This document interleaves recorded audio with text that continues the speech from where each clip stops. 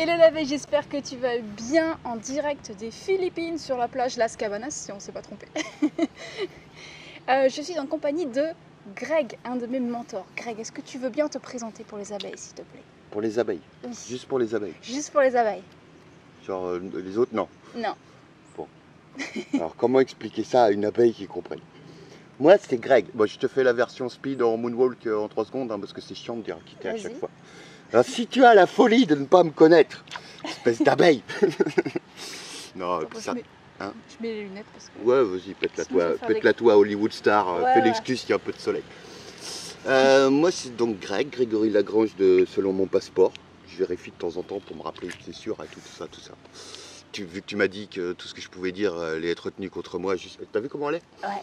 Je fais du marketing depuis le milieu des années 2000. Au début, marketing direct à la papa, voire papy, version offline, tout ça, directement pour vendre en fait pour promouvoir des soirées événementielles que j'organisais quand je vivais à Amsterdam. Et puis on va le faire très court parce que ça tape. Et puis depuis, je suis passé au marketing en ligne, après m'être passionné pour le machin. Et puis maintenant, je bosse à la fois sur mon site lifestylers.fr où je partage un peu tout ce que je fais, mes découvertes au fur et à mesure de mes tests. Et notamment, tout ce que je fais, ça implique, au-delà du coaching et des prestations en rédaction de pages de vente ou d'emailing, vu que je suis copywriter avant tout, c'est me charger du marketing de 3 clients depuis 4 ans maintenant. Et puis j'ai aussi un site sur le marché anglophone, pas seulement les États-Unis, mais tous les pays anglophones où il y a un peu de sous, sur la conception de jardin. Puis on doit en mettre à peu près là. J'ai fait les comptes enfin. Ah. On en parlait, à un peu plus de 20 millions d'euros de ventes cumulées sur ces 5 projets-là. Quand même. Sur ces 4 dernières années. Ok. Donc tu as Lifestylers, ton site anglophone, les 3 clients. Les 3 business dont je fais tout le marketing. Ouais, il faut que je pense à regarder le je fais tout le marketing pour des clients. C'est les mêmes depuis. Voilà, pour certains on commence la 4e année, d'autres on est bien avancé dans la 4e année. Et puis je m'occupe toujours des mêmes. C'est des clients que j'ai pris qui faisaient dans la gamme des 500 000 euros à peu près au départ. Et puis on monte progressivement. Cool. En appliquant les méthodes bizarres d'emailing et puis tout pas mal de choses de persuasion et de copywriting. D'accord, ouais. Donc toi, tu as vraiment la particularité de faire de l'emailing. Oui, entre autres. Ouais. Et tu écris un email par jour. Par business. Par business. Sauf sur mon projet anglophone sur la conception de jardin où là en fait c'est un truc où j'ai créé une grosse séquence, tout testé et automatisé. Ouais. Ça fait 1 an et demi que ça tourne. J'ai juste refait quelques tests pour tester un autre truc de persuasion qui a cartonné d'ailleurs il y a au mois de novembre, décembre là. Mais sinon voilà, c'est la même séquence qui tourne, une grosse séquence. Mais sinon ouais, pour Lifestylers comme mes autres business, c'est un mailing par jour minimum, des fois plus même. T'as pu tester le côté obscur. Je fais beaucoup de cash de la force sur une promotion en suivant un peu mes trucs. Ouais. En bombardant le dernier jour de la promo. Ça marche bien. Elle faisait l'avion là, notre choupette là. Je faisais une petite danse de la victoire, ouais. Et pourquoi ça t'est venu ça de faire de l'emailing comme ça quotidien, donc d'envoyer un email par jour à ta liste? C'est un truc que j'ai découvert chez des marketeurs américains à la base. J'ai rien inventé là-dessus. Un mec qui s'appelle à l'origine, alors il fait plus rien sur le web je crois à ma connaissance, pour faute d'être inscrit sur ces mailing lists, un mec qui s'appelle Matt Furey. Qui était le premier, je pense, à faire ça sous cette façon-là, c'est-à-dire vraiment en mettant le focus sur un mélange entre de l'information et le divertissement. C'est-à-dire pas juste faire des contenus style, je sais pas, pour les gens qui s'intéressent au marketing comme toi sans doute, hein, sinon qu'est-ce que tu fous là? Toi, un truc du style, je sais pas, comment créer des titres d'email qui dépasse les 20% de taux de clic. Ouais. Toi, le truc super barbant, super tutoriel, super... Voilà. Les gens, ils sont pas...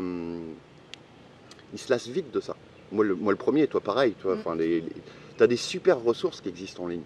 À la limite, tout est gratuit en ligne. Bon, après, il faut arriver à trouver ce que c'est, savoir ce qui va t'aider, et puis arriver à compiler toutes les pièces du puzzle. C'est pour ça qu'on gagne des années et des années en se formant ou en faisant appel à un coach comme toi, etc. En faisant tous ces trucs-là. Mais ouais, c'est imbuvable ce genre de contenu. Très vite, tu te lasses, quoi. Et pendant longtemps, voilà, tous les gens faisaient plus ou moins ça, quoi. C'était donner beaucoup de gratuit, en espérant que Dieu te le rende derrière. Enfin, les prospects, il paraît que Dieu n'existe pas. Mais les prospects, eux, ils existent. Mais toi, c'est pas parce que tu leur files plus de gratuit qu'ils vont te le rendre en achetant. Pourquoi ils le feraient? Tu leur donnes aucune raison de le faire. Donc, il faut toujours vendre, mais de façon... moi, j'ai constaté en faisant plein de tests, notamment pour les clients dont je me chargeais du marketing, donc on arrivait déjà à des résultats sympas. Et le deal avec ce genre de personnes, toi, quand tu te mets à charger du marketing de quelqu'un, enfin, en tout cas, c'est comme ça que je l'ai fait moi, c'est que c'est des gens qui te contactent, qui font tant, par exemple 500 000 euros de chiffre d'affaires dans l'année, et ils te contactent, tiens, voilà, t'es marketeur, t'as l'air de t'y connaître à peu près, pas trop raconter de conneries, bon, sur un malentendu, ça passe. et puis, bah, voilà, est-ce que tu peux m'aider à doubler? Ouais. Tu vois. Et donc on se fixe des objectifs, et puis moi je suis rémunéré en fonction des objectifs qu'on finit par atteindre à la fin de l'année. Je prends des commissions qui sont de plus en plus élevées selon les paliers de vente qu'on arrive à péter, quoi. Que des royalties. Voilà.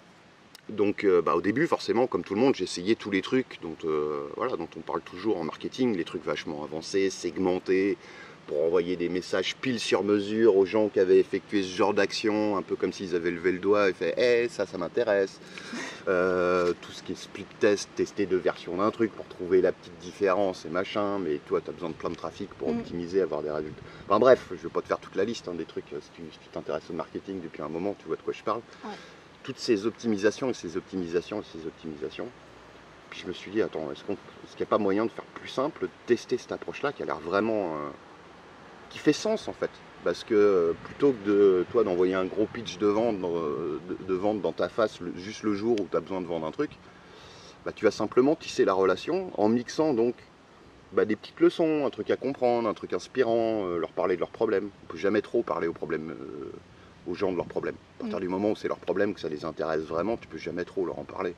Je sais pas si ton oncle a des trous de motte dans son jardin, que ça fait 10 ans que ça le saoule et qu'il a rien trouvé, tu peux lui envoyer, ça c'est archi cliché, c'est pour pousser le truc à l'extrême. Ouais. Mais toi, tu peux lui envoyer des mails tous les jours sur les trous qu'il y a dans son jardin avec ses mottes. Ouais. Et puis si t'es le gars qui va lui montrer comment trouver la solution, quelle est la solution, comment résoudre le problème, pardon, ou même simplement, toi, être le seul qui arrive à diagnostiquer le truc, il va te suivre toute ta vie, presque rien que pour ça, quoi. Donc ouais, mélanger information, mais pas trop, pour que ça reste digeste et qu'on tombe pas dans les types d'articles trop techniques, trop indigestes, comme on parlait juste avant. Et puis, ce petit côté what the fuck qui surprend un petit peu tous les jours. Ça peut être n'importe quoi. Le truc, c'est juste de partir de sa personnalité, faire vraiment son truc à soi. Et puis voilà, toujours surprendre un petit peu les gens de façon à ce qu'ils se disent attends, qu'est-ce qu'il va encore m'envoyer le lendemain? Avec quoi, voilà.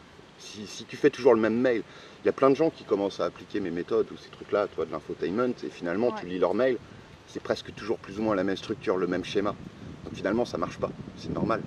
Parce que ça revient au même point que si tu faisais de la promo agressive à tous les coups avec le même gros pitch, tiens voilà, mais c'est 12 722 € de bonus si tu prends le produit du lancement de machin et ainsi de suite. Ouais, toujours surprendre, un peu comme dans une relation, quoi. Si tu veux épicer le truc, si je sais pas, ton mec il te fait, enfin, bref, ton mec ouais, et puis j'ai tenu au moins 4 minutes avant que ça parte en sucette. Cool, putain, je progresse. Tu vois, si ton mec il te fait toujours le même truc à chaque fois, par exemple, bien évidemment, revenir du boulot, la petite rose, la petite boîte de chocolat ou la petite attention, on parle de ça bien évidemment. Bien sûr. Espèce de perverte, comme on dit en français, on s'en fout. Enfin voilà, elle est envahie par la perversion, cette demoiselle. Dans ces cas-là, voilà, très vite, ça fait plus d'effet. Là, tout pareil. En fait, tout le principe des méthodes, en fait, ça se base simplement sur la psychologie humaine. Tout ce qui fonctionne à la fois pour avoir une relation de fou et de faire en sorte de rendre accro les gens à ce que tu envoies. Moi, j'ai vachement étudié tout ce qui est psychologie de l'addiction, tout ce qui rend les gens addicts, pour améliorer mes méthodes, notamment pour un truc que j'ai créé pour un de mes clients dont je me charge du marketing. C'est ce que j'ai conceptualisé là, dans ma formation marketing héroïne, tu sais. En fait, où l'an dernier, il est arrivé au stade où ça faisait un moment que je le forçais à sortir un nouveau produit chaque mois, plus des trucs un peu intermédiaires comme milieu de moi comme je fais moi avec ma formation papier. Lui, c'était juste un autre modèle, mais peu importe, ça revient même. Et donc, du coup, il se retrouvait à devoir créer pas mal de produits. Et puis, on devait créer beaucoup de pages de vente. Bon, c'est moi qui le faisais pour lui, mais il se plaignait quand même. Parce qu'il fallait quand même qu'on fasse du ping-pong et tout ça, tu vois. Et du coup, voilà, il s'est dit, il m'a dit, attends, est-ce qu'on peut pas faire un truc qui nous permet de plus avoir à faire tout ça? Donc là jusqu'ici, c'est facile. Le problème, c'est quand il a voulu garder le même niveau de chiffre d'affaires. Et on était déjà un business qui fait plus de 2 millions par an sur une thématique qui n'est pas forcément ultra large, quoi. Enfin, toi, il n'a pas de mailing list de fou. Enfin, ça intéresse plus de monde que mes trucs de marketing un peu underground. Sur Lifestylers, j'ai une petite mailing list. Je sais pas, peut-être plus de 8000, entre 8 et 9 maintenant. Lui, il doit avoir à peu près 50, 60 000 dans ces eaux-là. Près de 60 maintenant. Mais voilà, toi, c'est pas une thématique monstrueuse où le truc, tu peux avoir techniquement des dizaines et des dizaines et des dizaines de milliers d'inscrits sur ta liste, je sais pas, comme sur la séduction ou des choses comme ça, quoi. Et donc, on s'est demandé quoi faire pour garder ce même niveau de revenu. Et puis, bon, là, je vais pas expliquer tout le. Je vais pas faire une formation, sinon c'est payant, c'est plus une interview. mais ouais, vraiment bosser sur tout ce qui rend addict, toi, les trucs, les séries télévisées, toi, je sais pas, du Breaking Bad ou du machin, enfin tout ce qui rend. Voilà. Mais globalement, voilà, tout ce que je fais autour de mon travail, et puis de toute façon, c'est le marketing de base. C'est la psychologie humaine, c'est voilà comment le cerveau réagit. Et c'est pareil pour tout ce qui est technique de persuasion, comment influencer les gens pour qu'ils achètent ou ne serait-ce qu'ils aient envie de cliquer. Tout ça, c'est de la psychologie appliquée à la persuasion et derrière pour vendre mon copywriting. Alors si tu vois des coupes bizarres, c'est pas parce que je sais plus quoi dire, c'est parce qu'il y a des grosses et des fois des gros qui passent.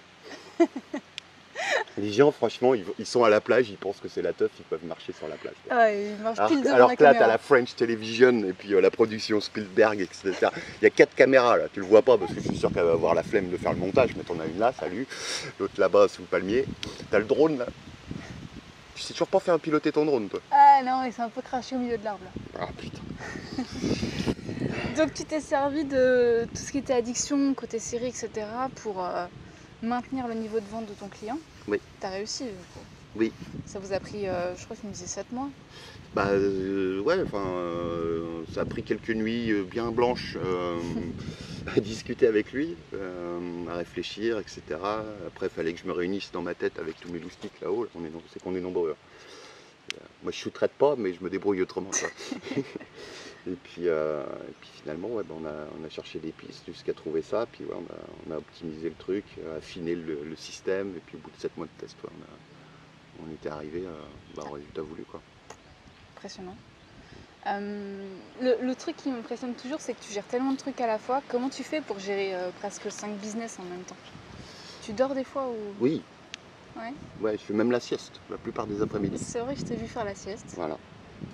Parce que le cerveau, au bout d'un moment, toi, il brûle. Donc, non, comment je fais? Il y en a un, tout est fait en fait.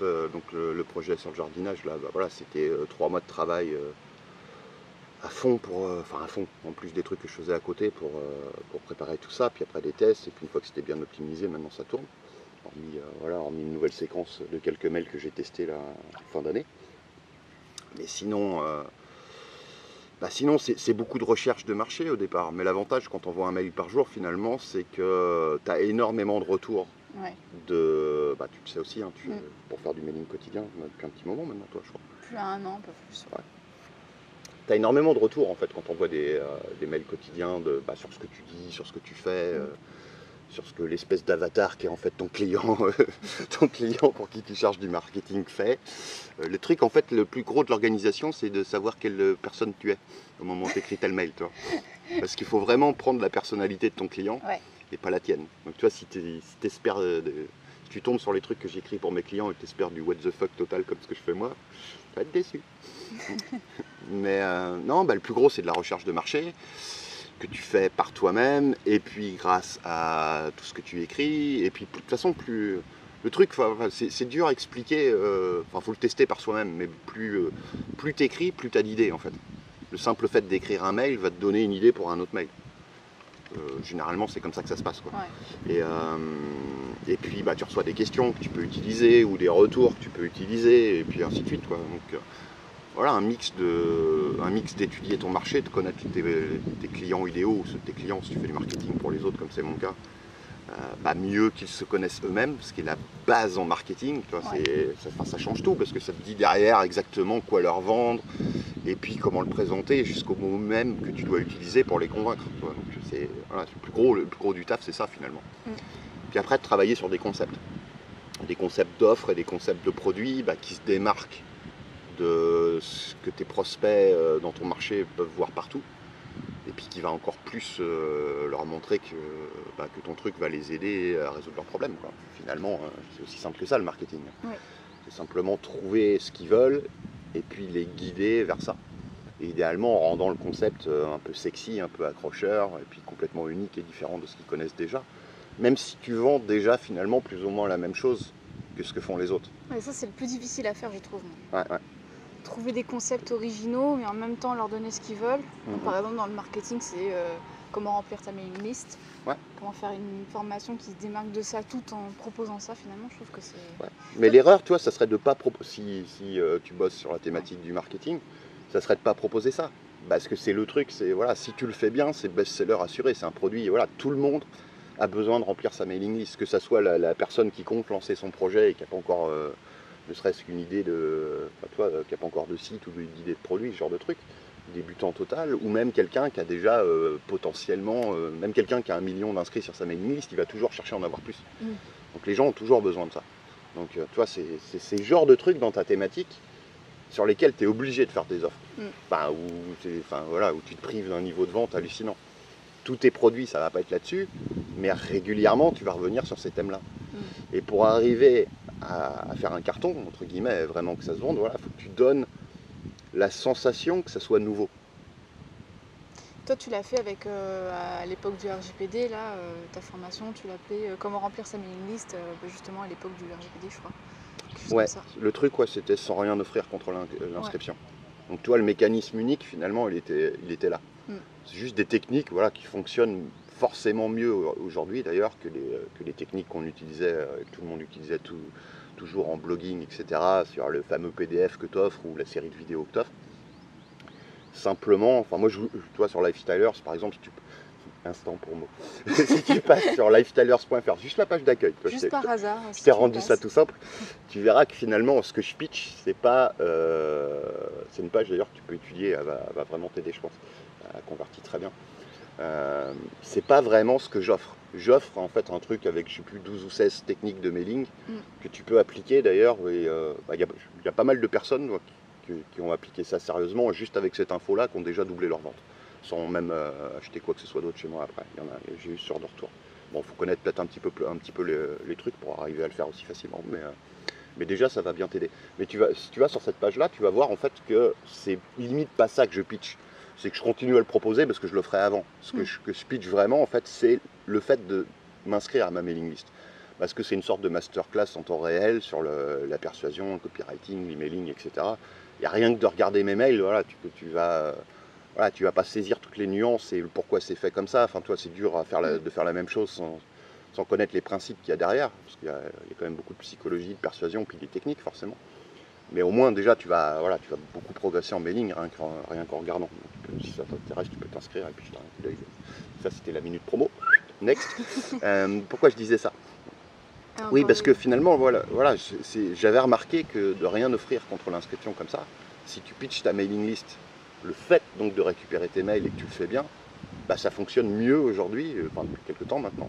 J'ai sorti ça, je sais pas, il y a 6 mois, peut-être un peu plus maintenant, que les techniques traditionnelles, toi offrir un e-book, machin, truc ceci. Donc finalement, ça donnait un mécanisme unique. Truc, peut-être d'autres qui avaient proposé ça, mais probablement très peu. Donc, finalement, la promesse et le problème que ça résout, c'est exactement la même chose. Récupérer plus d'inscrits, monter sa mailing list pour derrière pouvoir avoir du monde à qui vendre tes trucs, tes services, tes produits, peu importe. Mais avec un mécanisme unique qui différencie directement ma formation de toutes les autres. Et puis en même temps qui donne envie, parce que ça t'évite de faire un truc chiant. C'est le fameux comment arriver à faire X sans X, Y, Z, les trucs chiants que les gens ne veulent pas faire. Comment signer des clients premium dès la semaine prochaine, sans site, mailing list et publicité. J'avais fait une formation comme ça il y a un moment qui avait super bien fonctionné sur cette trame-là. C'est des techniques de plus promesse classique en fait, hein, mais qui te permettent de conceptualiser des produits best-sellers. Ouais. Toujours chercher voilà, ce que les gens ne veulent pas faire. On va arrêter de donner des conseils de ce niveau parce que je devrais faire payer les gens pour ça. J'allais dire, là c'est une pépite là qui vous donne.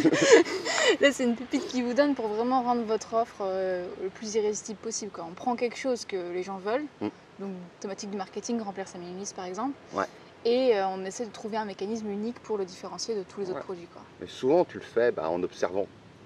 En observant ce qui se passe, ce qui se fait, ce que tu fais, ce qui fonctionne, ce qui ne fonctionne pas. Et je donne la pépite, mais bon, vu qu'elle n'est pas, si je donne pas le procédé derrière, et puis c'est pas simple d'expliquer le procédé de toute façon, c'est pour ça que je te la file gratos, voilà, c'est la teuf. Souvent, des grosses pépites comme ça, enfin pas des grosses pépites, mais des mécanismes uniques qui m'ont permis de créer des produits qui ont le mieux fonctionné, ça a été en allant chercher dans des choses, dans des thématiques qui n'ont rien à voir. Le mécanisme pour créer ce système à abonnement qui permet d'obtenir autant de ventes que si tu sors une formation par mois, plus d'autres trucs chaque mois, etc., plus en ayant un abonnement à côté, que j'ai mis en place pour mon client, qu'on a optimisé avec le temps, ça a été d'aller chercher, d'aller faire des recherches sur la psychologie de l'addiction. Je me suis dit, tiens, attends, le but finalement, le seul moyen de plus avoir, de toute façon, à sortir des formations tous les mois, il n'y en a pas 36, c'est forcément de passer par l'abonnement. Mais du coup, pour obtenir un tel niveau de vente, faut que tu te retrouves à au moins doubler ton taux de rétention, c'est-à-dire le nombre de mois moyen où les gens restent abonnés. Tu dois travailler sur le taux de rétention et en plus trouver des techniques pour vendre encore plus d'abonnements. Bon, ça, les techniques pour vendre de l'abonnement, je suis habitué, ça fait un moment que je bosse là-dessus, donc sur plusieurs marchés. Donc je connais les trucs qui permettent de faire décoller les ventes d'abonnements, ce qui est quand même plus dur à faire, parce que les gens naturellement n'aiment pas s'abonner. Enfin, beaucoup ont une friction par rapport à ça. Il y en a qui disent que c'est aussi facile de vendre un abonnement à 57 balles par mois qu'un produit à 57 balles. Non, c'est de la connerie. À 20 balles, oui, et encore. Mais voilà, donc tu te dis, ok, faut que j'ai plus de monde, pour cet exemple-là, faut que j'ai plus de monde qui s'abonne à l'entrée, mais juste ça ne va pas suffire. Donc ça, je sais comment le faire, mais il faut quand même que je bosse dessus pour améliorer les résultats là-dessus. Mais si je fais plus que pitcher ça, forcément, de toute façon, je vais ramener plus de monde à l'entrée, parce qu'au lieu de parler d'autres offres, je parle plus que de ça, ou quasiment. Mais après, le plus gros, voilà, pour que, vu qu'il y a plein de gens qui vont pas aimer s'abonner de base, le but, c'est d'au moins doubler le temps moyen où les gens restent abonnés. Et donc là, tu te dis, attends, tu réfléchis, quoi. Il y a un moment, désolé, mais il n'y a pas de recette magique. Il faut que tu réfléchisses, tu te creuses un peu le crâne. Et puis, c'est pas comme ça que autrement, tu n'arrives pas à trouver des systèmes pareils, quoi. Toi, c'est un truc, j'ai vu personne faire ça, quoi. Ça va peut-être venir, il y en a qui l'utilisent, notamment chez mes clients maintenant, les gens qui ont suivi la formation. Mais d'ailleurs, tu peux le faire en mode beaucoup plus soft. Enfin bref, je m'éloigne du sujet. Tu t'éloignes, Mais tu te dis du coup, qu'est-ce que tu peux faire pour que les gens restent plus longtemps au bout? Toi, reste plus longtemps. Du coup, je me suis dit, où est-ce que je peux chercher où les gens, naturellement, vont toujours en vouloir plus et rester plus longtemps. Et du coup, c'est ça qui m'a fait penser à tout un tas de trucs, finalement, où ça se passe comme ça. J'ai donné l'exemple des séries, mais il y en a pas mal d'autres. Pas spoiler la formation, sinon c'est pas drôle. Mais voilà, et donc du coup, après, pour faire simple, on a étudié les mécanismes de psychologie et de persuasion qu'il y a derrière. Et puis on a essayé de transformer ça en un système, et puis tester au fur et à mesure. Vous avez amélioré au fur et à mesure, tu as lancé un premier truc, et puis vous avez amélioré. Tu fais en mode bêta-test, toujours. Tu as tes premières idées sur le système. À partir du moment où tu as le concept et tu as le mécanisme, tu as déjà tout. Le truc, après, c'est roder le truc. C'est comment tu tournes tes mailings, comment tu injectes de l'urgence, comment tu donnes encore plus envie, pour un truc qui, en logique, serait toujours dispo dans une semaine ou dans 2 semaines. Sauf que là, forcément, tu vas tricher pour que ça ne soit pas le cas et que tu aies des pics. Et comment tu as fait parce que toi, le but du jeu, c'était de doubler le taux de rétention. Mais du coup, forcément, il faut attendre pour voir combien de temps il reste. Comment t'as fait pour être sûr que c'était bon, quoi, qu'ils allaient Bah, rester? tu te rends au bout de 7 mois, maintenant on est sûr, parce que ça va faire un an, enfin, ça fait 10-11 mois là, un truc comme ça. Donc maintenant on a des stats fiables sur tous ceux qui se sont abonnés dès qu'on a lancé le nouveau système. Donc voilà, on a suffisamment de temps de recul pour se rendre compte que voilà. Mais au début, bah, tu prends simplement les taux de rétention que tu as déjà, donc tous tes chiffres, c'est hyper important en marketing, déjà connaître ces chiffres, quoi. C'est comme pour investir en publicité, si tu sais qu'un client te rapporte 837 € par an, chiffre complètement au hasard, tu sais que tu peux limite dépenser ça pour acquérir un client. Ça paraît hallucinant pour la plupart des gens. Mais si tu sais que voilà, un client te rapporte 837 € par an en moyenne et que c'est pareil l'année d'après, bah, même si tu payes ça, tu fais déjà x2. S'il reste ne serait-ce que 2 ans avec toi.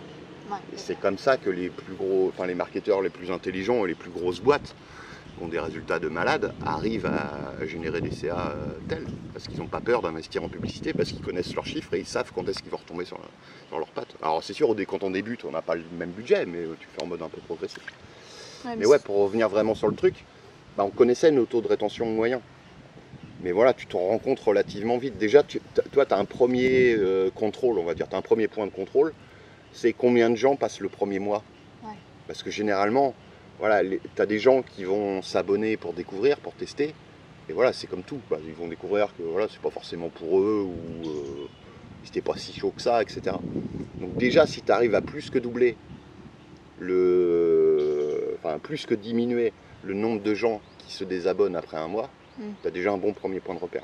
Puis après, tous les mois, bah, tu récupères de plus en plus de data pour te retrouver au bout de 7 mois quand même avoir une idée plutôt fiable du bordel. Tu me disais que le papier, ça allait revenir sur le devant de la scène et qu'il valait peut-être mieux faire du papier plutôt que du numérique. Tu penses qu'on va repasser du numérique au papier dans quelques années? Pas forcément uniquement le papier, mais au physique. Au physique. Bah, moi, c'est un format que j'ai toujours aimé pour pas mal de raisons. Tout simplement pour me former moi-même. Enfin, c'est vraiment le type de... Voilà, la vidéo, c'est ce qui a le plus de valeur perçue généralement. Enfin, sans parler quand on parle de formation pure, après, forcément, tu as le coaching, tout ce que tu fais avec les gens, et puis encore au-delà, même ce que tu fais pour eux, comme le marketing done for you, qui a le plus de valeur, par exemple. Enfin, pour l'exemple du marketing, ça peut être n'importe quoi. Je sais pas, si tu fais tu dois faire le jardin des gens pour eux. Encore plus de valeur, tu vas payer plus cher. Coaching un peu en dessous, on t'explique comment faire et on t'aide à te mettre sur la voie. Puis en dessous, forcément, tu as tout ce qui est information, comment faire un beau jardin, par exemple. Mais tout ce qui est physique, le papier, voilà, c'est pour me former, c'est vraiment le format que je préfère. La vidéo a beaucoup plus de valeur perçue, mais finalement, c'est pas le format le plus efficace, je trouve. C'est juste utile dans certains cas quand tu as besoin d'avoir des concepts visuels. Sur certaines thématiques, oui, tu es limite obligé. Mais dans la plupart des thématiques, tu as toujours moyen de passer outre. Et au pire, tu fais de l'audio. Et puis tu vas mettre un schéma, des rares trucs visuels. Et puis tu leur dis juste de regarder le schéma, ou le dessin, ou le croquis, ou le plan, ou le diagramme. Enfin bref, tu as compris. Parce que j'ai compris, Mais voilà, le papier, tu as une relation à l'objet qui est complètement différente. Moi, ce que je cherche avec ça, c'est, ça revient un petit peu à l'histoire d'abonnement, c'est l'addiction. J'ai pas envie juste que mes gens achètent, que mes padawans, que mes clients achètent mes produits, j'ai aussi envie qu'ils l'utilisent et qu'ils obtiennent des résultats avec. Donc plutôt, je devrais même devenir fasciste là-dessus et plus faire que ça. Enfin, j'y pense souvent, notamment sur Lifestylers. De plus du tout faire de formation numérique, audio, vidéo, trucs comme ça. Mais tout faire en mode papier, que ce soit livre ou formation papier sous forme de newsletter, comme j'en vois chaque mois, etc. Parce que, du coup, le simple fait d'avoir ça, déjà, tu es hyper content quand tu le reçois. Tu as la psychologie de l'attente. Et rien que ça va tout changer sur le fait que tu vas appliquer l'information ou pas. Tu valorises beaucoup plus quelque chose que tu galères à avoir. Comme les meufs. Forcément. Voilà, si tu galères à avoir le truc, forcément tu vas plus le valoriser. Et rien que le fait, toi, de l'attendre, de commander un truc et de l'attendre, tout de suite, il y avait, je sais plus où je lisais ça il y a pas longtemps, je crois que c'était un truc de Gary Albert, un marketeur de légende, probablement le meilleur copywriter de l'histoire, si tu connais pas. Je crois que c'est de lui, je suis pas sûr, je vais peut-être dire une connerie là-dessus. Mais voilà, qui faisait exprès de rendre compliqué le fait de commander chez lui. pour associer encore plus de valeur perçue au produit. Donc tu vois, le mec, non c'est pas Albert, c'est un mec plus moderne parce que c'est à l'époque du web. C'était déjà à l'époque du web, je crois. Mais tu vois, tu étais obligé de lui envoyer un chèque et je sais plus, enfin bref, tu as tout un process. Toi, tu pouvais pas le payer par fax, le truc, bon, si t'es jeune, t'hallucines un peu là-dessus. Mais c'est un truc des années 80, ouais. C'est pas Albert, c'est un autre, bref, je confonds à force de suivre des trucs. Mais voilà, tu devais lui envoyer un chèque et puis tu devais remplir telle ou telle condition. Enfin bref, limite, tu as des gens qui avaient plus de chéquier, toi déjà, qui devaient aller trouver un moyen de pouvoir commander. Et après, tu avais le temps d'attente parce que c'était un produit physique qui arrivait chez toi, etc. Il n'y a pas trop de friction à l'achat? Parce que soit tu as super envie et du coup, effectivement, tu te fais chier et ça valorise vachement le truc, soit tu as l'effet complètement inverse. En fait, pour faire un truc comme ça, il faut être bon. Ah, il faut vraiment être bon. Voilà, là on parle d'un mec, je sais plus lequel c'est, mais quand même, qui était un marketeur de malade, quoi. Ouais. Bien évidemment, tu vas pas faire ça pour un produit à 2 balles si tu débutes aujourd'hui et que tu sais pas comment convaincre. Ouais. Si tu sais pas comment créer une offre irrésistible et la rendre super sexy et que ça soit presque insoutenable de ne pas acheter tout de suite. Non, là on parle d'un truc qui a une grosse valeur et que les gens vont vouloir absolument. Mais bref, tout ça pour montrer un petit peu la différence de psychologie. On revient toujours à la psychologie finalement. Quand c'est difficile pour toi, tu vois, que ça demande un effort, je sais pas si ça t'est déjà arrivé de récupérer, je sais pas, un produit que t'as pas payé finalement. Soit quelqu'un te l'a filé, toi c'est pas bien. Alors si tu me le fais pas, maintenant je mets des avocats sur l'affaire. Je vais devenir un bâtard comme les autres là-dessus. Non, c'est illégal et puis honnêtement, non, je déconne sur le part. Enfin, je sais pas si je déconne, mais tu récupères un produit qui vaut beaucoup d'argent ou une somme pour toi qui est un peu douloureuse. Et tu récupères cette formation-là, par exemple. Tu vas pas obtenir les mêmes résultats avec si tu ne l'as pas payé.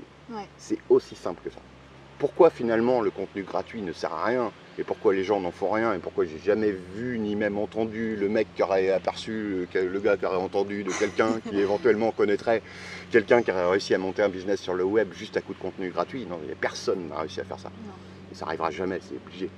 Mais voilà, si c'est gratuit, tu n'y associes pas de valeur. C'est comme les gens limite qui pensent qu'une formation doit leur apprendre quelque chose qu'ils ne connaissent pas déjà. Ouais. C'est très con comme mindset. Idéalement, oui, tu veux leur apprendre des trucs qu'ils ne connaissent pas. Mais quand tu vends une formation sur le marketing, c'est pas du nouveau que tu leur vends. C'est comment obtenir tel résultat. Et le gugus qui va dire « Ah ouais, mais ça je connais déjà. » Mais connard, tu fais combien de ventes?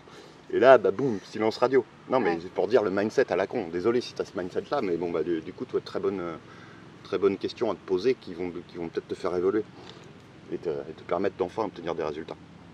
Mais voilà, on n'associe pas la même valeur à un produit à 5000 $. Je pense que le truc qui m'a le plus permis d'exploser mes résultats et ceux de mes clients, c'est un truc qui est vendu 5000 $. Et j'ai vraiment galéré à l'obtenir parce qu'il est plus trouvable depuis des années. Pour le coup, il a vraiment fallu que je fasse des... Et là, c'est pas juste envoyer un chèque alors que j'ai pas de chéquier, toi.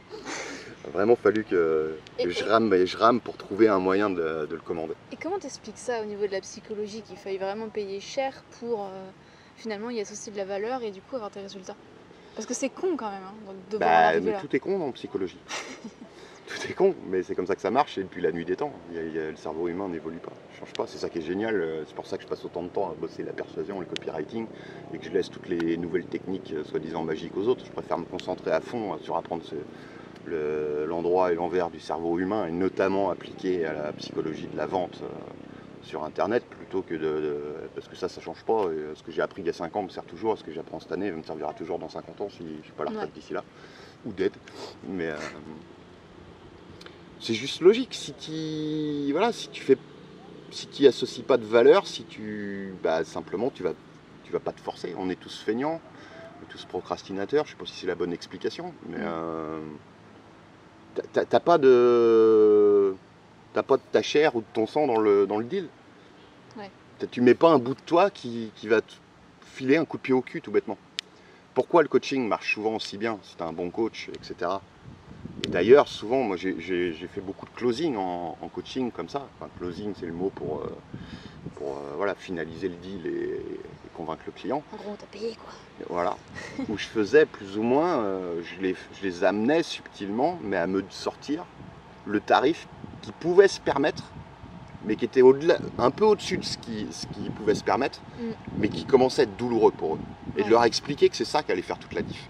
Parce qu'à partir du moment où tu le sens passer, bah, si tu le payes, c'est pour avoir des résultats. Ouais. C'est limite le coach derrière, ou ce qu'il va te raconter, c'est presque secondaire. C'est simplement l'engagement vis-à-vis de toi-même, parce que tu as investi ça, qui fait que derrière, tu vas forcément vouloir récupérer ton investissement et faire x2, x10, x100 avec. Et pour acheter un produit cher, bah, c'est exactement la même chose. Ouais. Exactement le même système. En La gros, psychologie, elle est là, grosso merdo. en gros, presque, si on veut que nos clients réussissent, il faut facturer cher, quoi. Bah, c'est pas, ça suffit pas, mais ouais. C'est, moi, je pense que je vais augmenter le prix de toutes mes formations. Ah. Toutes. Enfin. Ouais, mais notamment parce que c'est des trucs testés sur de multiples thématiques et pas juste bon, allez se tourner. Hein, de toute façon. Si vous voyez des jambes, c'est des gens qui passent. Hein. Pas des zombies, c'est pas des zombies. Mais ouais, tout simplement parce que les trucs que je partage, voilà, ils sont testés sur au moins 4-5 thématiques et des trucs qui n'ont rien à voir. Et jusqu'à preuve du contraire, je suis le seul à faire ça en France. Donc, ouais, mais même, voilà. c'est tes formations qui m'ont fait le plus progresser. Donc, moi, c'est normal que tu augmentes tes tarifs. T'étais pas assez cher. Pas si cher, mon Pas fils. assez cher, mon fils. Ça va bastonner cette année. Allez, je te laisse une dernière question. Une dernière parce que question. Sinon, tu vas galérer au montage avec tous les gens qui sont passés. Ouais. Et puis moi, je vais me déshydrater sur place. Et puis, quand ça fait plus d'une heure, enfin là, ça fait peut-être pas une heure, mais c'est long pour les gens. Ouais. Une dernière question. Alors, choisis-la bien. Ah, pression. Non, pas celle-là. Non, pas celle-là. Prends une autre. Mieux. Prends une autre mieux. Une dernière question sur la persuasion. On sort d'une semaine copywriting là aux Philippines et même si je le savais avant, là je l'ai bien expérimenté donc je me rends compte vraiment de la valeur que ça a. Qu'est-ce que tu conseillerais à quelqu'un qui débute en persuasion pour commencer à se former et à vraiment bien cartonner au niveau persuasion, parce que c'est pas quelque chose qu'on apprend comme ça en 2 jours. Bah, c'est comme tout, hein. Tu vois, si on fait rien que le rapport avec la psychologie, l'avantage c'est que c'est des choses qu'on expérimente en fait tous les jours au quotidien, mais sans s'en rendre compte. Le truc c'est que c'est pas naturel et que quasiment tous les principes sont complètement contre-intuitifs. Tes souhaits. Tous les principes sont complètement contre-intuitifs, exactement comme en séduction. Ouais.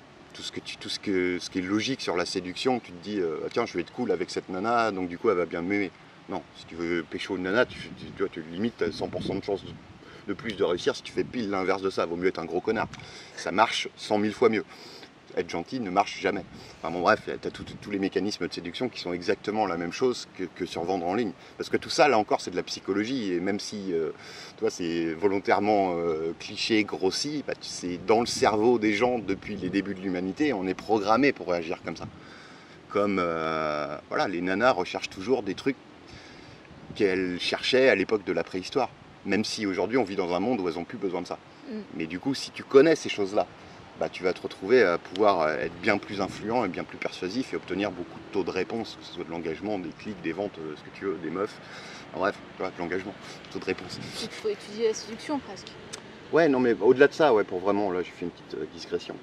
Mais au-delà de ça, mon conseil, vu que c'est quelque chose qui est...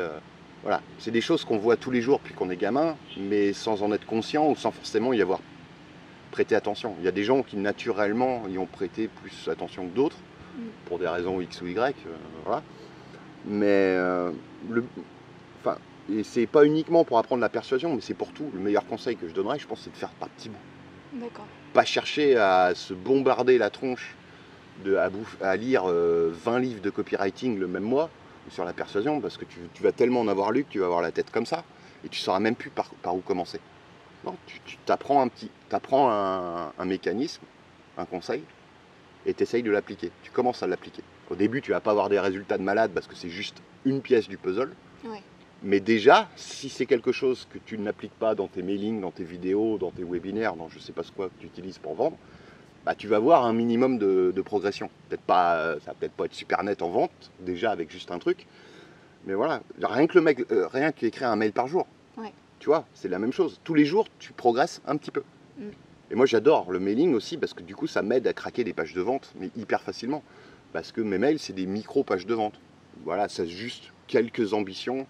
Toi, si tu as une page de vente et que tu as 18 points dans la structure, bah là, dans un mail, tu vas en avoir que 3 ou 4. Mais ça t'entraîne tous les jours, tous les jours. Ouais. Persuasion, toi, tu suis une formation chaque mois. Moi, j'ai conceptualisé, j'ai pensé cette histoire de Marketing Master School, mon offre à abonnement, là, avec notamment la partie formation papier qui enseigne le copywriting, l'emailing, la persuasion, la psychologie de l'achat, etc. Ouais. Tous ces trucs-là. Vraiment comme une formation continue, c'est volontaire. Bon, elle est peut-être même encore un peu trop grosse chaque mois, c'est 28 pages à 4, donc tu as quand même de la matière. Mais forcément, si tu appliques, tu vas faire des ventes en plus tout de suite. Toi. Tu prends certaines des infos, tu les appliques direct, forcément, c'est ma garantie. Si tu as un minimum de mailing list et une offre qui n'est pas trop pourrie, voilà, tu vas vendre plus, c'est obligé. Je confirme. Mais le but, toi, c'est que ça t'apprenne des petits bouts par petit bout, et que petit à petit, tu te retrouves à avoir beaucoup plus de pièces du puzzle jusqu'à commencer à avoir, à savoir ce que ton puzzle représente, quoi. Et là, déjà, rien qu'à ce stade, tu commences à bien vendre. Ouais. Voilà, je sais pas, c'est plutôt pareil comme toi. Il y a plein de trucs que tu connaissais pas en persuasion ou en copywriting il y a un an, et ça t'empêchait pas de déjà bien vendre. Donc tu vends plus maintenant et tu vendras plus l'année prochaine. C'est pareil pour moi, c'est pareil pour tout le monde, quoi. On progresse tout le temps. Et puis ce que je viens de dire, c'est tout con. Tu peux appliquer à n'importe quoi. Si tu apprends le ping-pong, ça va être la même chose. Tu joues un quart d'heure tous les jours. Une fois de temps en temps, tu apprends un nouveau geste ou une nouvelle technique, ou je sais pas, comment mieux tenir ta raquette. Rien que changer la façon dont tu tiens ta raquette de 1 millimètre, ça peut tout changer. Enfin, ce genre de conneries, toi. Mais c'est comme tout dans la vie, quoi. Tu conseilles quoi comme bouquin pour se former à la persuasion? Alors, il y en a des tonnes. Je pourrais te sortir une liste de 10, 15, 20. Déjà, de base, et c'est pareil pour les formations, c'est pareil pour tout. Moi, je recommande vraiment, plutôt que de chercher à lire trop de livres de persuasion ou de copywriting, de prendre les meilleurs et de les lire. Enfin, c'est même pas de les lire, c'est de les étudier 10 fois. Vaut mieux prendre les 10 meilleurs livres sur un sujet, mais c'est pas que pour le copywriting, persuasion, c'est pareil pour tout. Vaut mieux prendre les 10 meilleures ressources qui existent sur un sujet. Et moi, j'ai beaucoup commencé comme ça d'ailleurs avec les formations, à suivre en boucle les formations. Quand au début, tu n'as pas trop de cash, tu n'en achètes pas 50 000. Mais chaque formation que j'avais achetée, maintenant c'est plus le cas. Et après, voilà, quand tu commences à avancer, tu cherches plus la petite pépite en plus, ou un nouvel éclairage, ou que ça te fasse réfléchir même, j'ai envie de dire. Ou que ça te change encore ton mindset, encore plus important. Ça, tu réécoutes ces 20 dernières secondes au ralenti, tu notes et tu réfléchis pendant 6 mois. Et tu laisses un pouce aussi. Et tu verras qu'il y a du lourd. Mais vu que je l'ai dit vite, ça ne servira à personne. Bref. Mais vaut mieux prendre une super ressource et l'étudier 10 fois que lire 10 trucs, entre guillemets, lambda plus sur un sujet. Après, il y a des trucs qui sont géniaux, comme Breakthrough Advertising de Jen Schwartz. Ça, c'est le bouquin sur le copywriting à étudier. Et quand je dis étudier, c'est étudier au moins 10 fois. Moi, je sais pas, je vais attendre pour 17e ou 18e lecture, étalée sur des années, quoi. Et tu as toujours des trucs qui font clic. Après, si c'est un domaine sur lequel tu n'as pas touché encore, je te conseillerais de commencer par un truc plus simple. Toi, le Tintin ou Astérix du truc, toi. Si tu commences par du Malraux direct, tu vas être dégoûté du bordel. C'est comme tout, hein, voilà, c'est comme ça qu'on donne goût à la lecture aux gamins. Enfin, moi, je sais que si j'avais pas commencé par des bandes dessinées, si j'avais commencé par la lecture, comme beaucoup de gosses finalement, en lisant, je me rappelle, ça m'a traumatisé le truc, j'ai jamais lu jusqu'au bout, forcément. Je sais même pas si j'ai fait un chapitre, je sais plus, un truc de Malraux, moi, c'est ça que je devais apprendre au lycée. Bref, si j'avais commencé par ça, jamais j'aurais lu de ma vie, jamais je pourrais écrire un mail. Je serais peut-être même SDF, je me serais suicidé, tu vois. Enfin, je serais pas là à répondre à un truc sur le copywriting, pour sûr. Mais ouais, tu commences avec des trucs simples, et un bouquin qui est génial pour prendre goût au truc, parce que tu as tout dedans, mine de rien. Ouais. C'est de Gary Albert, dont on parlait tout à l'heure déjà, ça s'appelle The Boron Letters. En fait, il était en tôle pendant 6 mois. Ça donne confiance au mec. Le mec est probablement le meilleur direct marketer de tous les temps, quoi. Plusieurs billions, on disait. Ah ouais, non, c'est juste ouf, quoi. Étudie tout le travail de Gary Albert. Mais commence juste par The Boron Letters. En fait, il écrivait des lettres à son fils pour lui apprendre la persuasion. D'ailleurs, quand tu vois ce que fait son fils, ça va, il est pas trop mauvais. Il est pas aussi bon que le père, mais il met la claque à quelques-uns. Il écrivait des lettres comme ça, tous les jours il écrivait une lettre à son fils de sa cellule pour lui apprendre toutes les bases du marketing direct, de la persuasion, du copywriting, etc. Et ça, voilà, du coup ça se lit vraiment comme un roman, il explique ça de façon très, très simple d'approche pour que son fils, je sais pas quel âge il avait à l'époque, mais comprenne bien le truc, tu vois. Ouais, vraiment je te conseille de commencer par ça, ça risque de te donner goût au truc. The Boron Letter, je mettrai en description. Voilà. Merci beaucoup Greg, je vais te laisser aller faire un petit plouf. Je crois que là il y a baignade obligatoire. C'est l'interview la plus physique que j'ai jamais faite de toute ma life. Plus jamais ça. Plus jamais ça. Juste on leur dit où te retrouver. Dans l'eau.